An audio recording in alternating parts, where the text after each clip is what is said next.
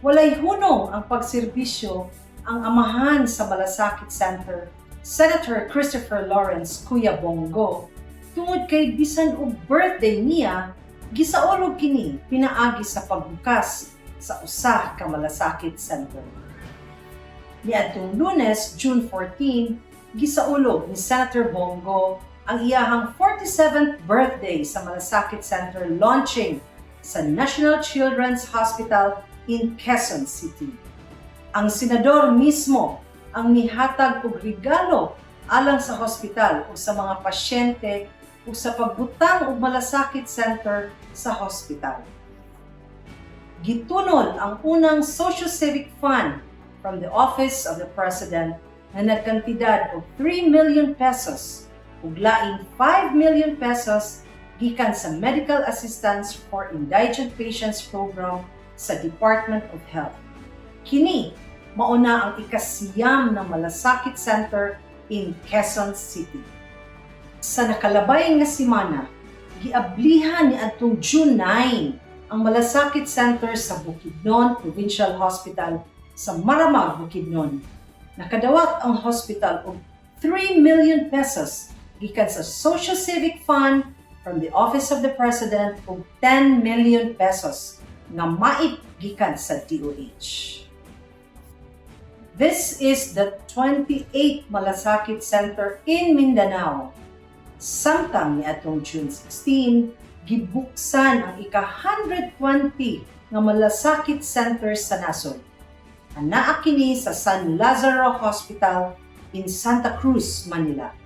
This marks the 25th Malasakit Center in Metro Manila ug 4th in the city of Manila. Nakadawat sab ang hospital og 5 million pesos gikan sa Social Civic Fund from the Office of the President ug laing 5 million maip funds sa DOH. Gitambungan usab ni Presidential Assistant for the Visayas, Secretary Michael Loydino, ang maong mga launchings.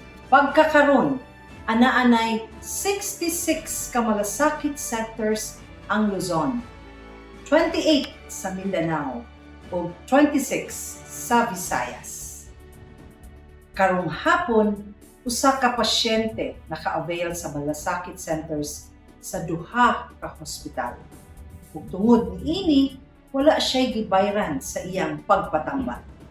Atuang paminawon si Darlene Cabarrubias, 21 years old na taga-Tisa, Cebu City, kung ngano nga kaduha siya na-admit sa lain-laing hospital ug natabangan sa mga Malasakit Centers niini. Ania ang pamahayag ni Darlene. Na-admit ko pag Feb 12, 2021. Sa asa man ka ato? Na-admit ko sa Vicente Soto. Nga naman to siya? Kanang nagsakit akong na to, akong kilid, akong tiyan niya. Pag ato na mo kay, first na mo ato kay sa man to sa Private sa Southwest niya. Ang sa doktor to kay ectopic, niya mo to nagpa-refer lang mi sa Soto kay mahal na kayo pero noon. Mo to pag ato sa Soto, na-admit ko 4 days na ko na gi-obserbaran niya pag ultrasound kay na siya kanang normal na siya, wala na siya ectopic. Pila bayranan unta ninyo? Ang bayranan sa Vicente Soto kay 6,000 plus pero paggawas na ko, wala na ko nabayaran sa piso. Ang katong kuan ma'am na last year na pagpanganak nimo na shoulder pod sa Malasakit.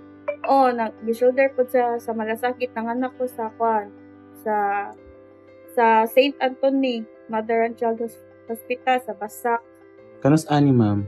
Pag Feb 17, 2020. Wala pod kay nabayaran ato. Wala pod kinabayaran ato bisag piso. As tapod sa akong sa akong mga laboratory, wala pod kinabayaran. Salamat kay naay Malasakit nga makatabang sa mga tao nga wala jud kanang wala mga trabaho. Kaya pagpasalamat kay naay Malasakit nga ilang gikuan nga nagbuhat sila ng programa. Maokadto si Darlene Cabarrobias nga taga Tisa, Cebu City. Usa sa mga minilyon ka Pilipino nga natabangan sa Malasakit Center.